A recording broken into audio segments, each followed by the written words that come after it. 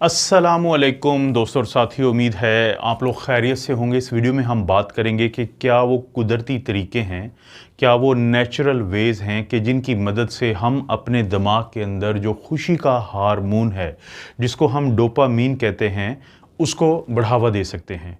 इस खुशी के हार्मोन को मोटिवेशनल हार्मोन भी कहा जाता है। उसकी वजह क्या होती है कि बाज़ औक़ात फ़र्ज़ करें आपने अपने ऑफ़िस का काम किया है, आपने अपने कॉलेज, यूनिवर्सिटी या स्कूल का काम किया है और जब वो काम आप कर लेते हैं तो आपको अच्छा महसूस होता है। वो आपको क्यों अच्छा महसूस होता है? दोस्तों, उसकी वजह ये है कि जब आपका जिस्म एक काम करता है तो आपके दिमाग को वो जो मैसेज जाता है कि ये जो काम किया गया है ये एक अच्छा काम था, तो वो फिर खुशी का एक हार्मोन जिसको डोपामीन कहते हैं उसका अखराज होता है आपके जिस्म के अंदर।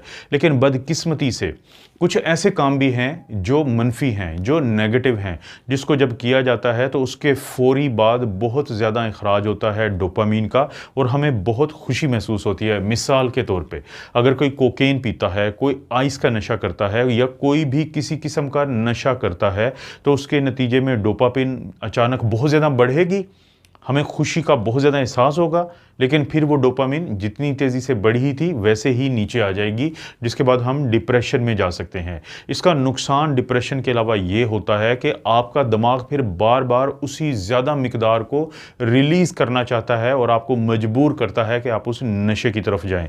इसी तरह से अगर आप कुदरती तौर पे कुछ ऐसे काम करते हैं कि जिससे आपका जो दिमाग है उसको वही पैगाम जाए कि आपको बहुत ज़्यादा कोई बड़ी अचीवमेंट मिली है, तो वो डोपामीन का खराज करेगा और वो उसी तरह का मुस्बत काम आप बार बार करेंगे। एक छोटी सी मिसाल देता हूँ, अगरचे वो कोई बहुत मुस्बत काम बहुत सारे लोगों की नज़र में नहीं हो सकता, लेकिन फ़र्ज़ करें कि सुबह उठने के बाद अगर आपको कॉफ़ी पीना पसंद है या चाय पीना पसंद है, तो जब आप कॉफ़ी पीते हैं सुबह उठ के या चाय पीते हैं तो आपको जो अच्छा महसूस होता है वो इसलिए महसूस होता है कि आपके दिमाग में डोपामीन का अखराज होता है। आपका जिस्म आपके दिमाग को ये पैगाम भेजता है कि ये जो काम हुआ है ये वही काम है जो मैं चाहता था या चाहती थी। तो जिसके बाद रोज़ाना फिर आपकी आदत बन जाती है कि आप कॉफ़ी वगैरह पीते हैं। लेकिन खुदा न खास्ता अगर आप किसी नशे की आदत में पड़ जाएं तो यही चीज़ काफ़ी गुना, यानी आप इसको बहुत ज़्यादा आपकी तलब हो जाएगी उसी काम के लिए कि डोपामीन को बढ़ाने के लिए। तो हमने अपनी तवज्जो उस तरफ रखनी है या हमने वो काम करने हैं कि जिसकी वजह से कुदरती तौर पे हमारे दिमाग के अंदर जो डोपामीन है उसकी मिकदार बढ़े और हमें खुशी महसूस हो। डोपामीन क्यों ज़रूरी है और उसकी कमी किन लोगों में हो सकती है और उसकी कमी की वजह से जो क्या ऐसी अलामात हैं जिससे हम बच सकते हैं डोपामीन को बरकरार रख के उसकी ख़ास मिकदार को अपने दिमाग में। डोपामीन बुनियादी तौर पे एक न्यूरोट्रांसमीटर है, डोपामीन बुनियादी तौर पे एक हार्मोन है।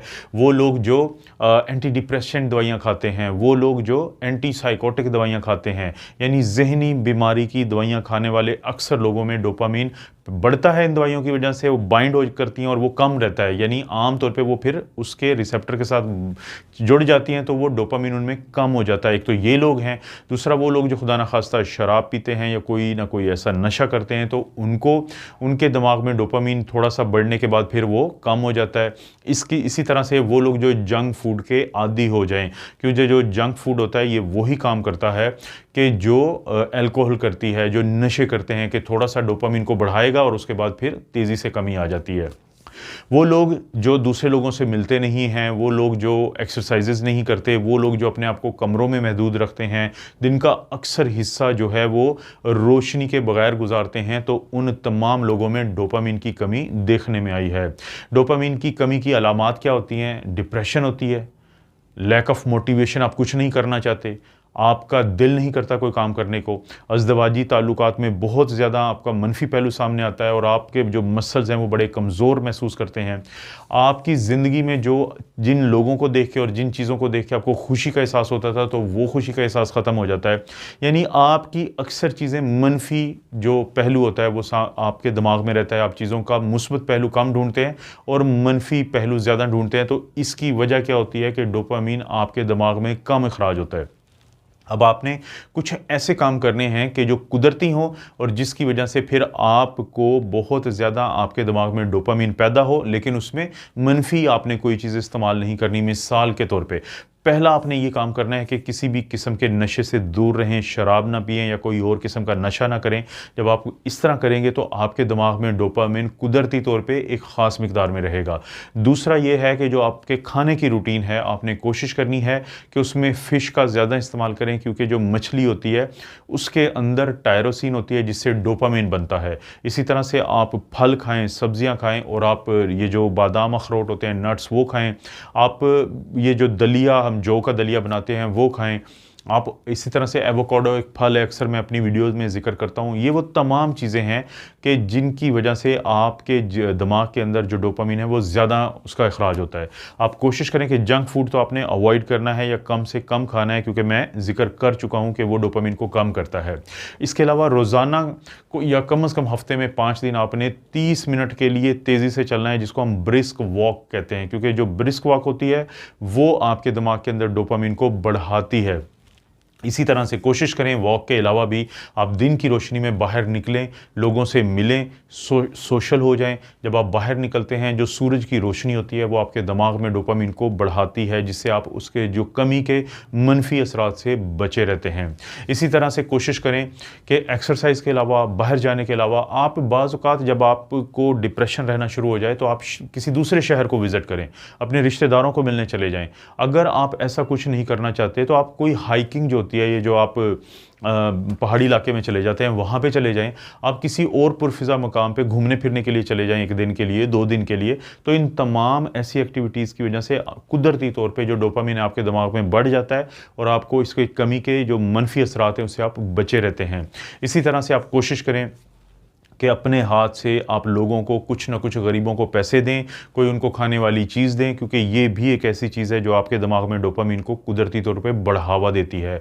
इसी तरह से अगर आप मेडिटेशन करते हैं, आप ज़िक्र अज़कार करते हैं, आप इबादत करते हैं, आप मेडिटेशन करते हैं, आप योगा करते हैं, तो ये भी वो तमाम चीज़ें हैं जो यकीनन आपके दिमाग के अंदर डोपामिन को कुदरती तौर पे बढ़ाती हैं।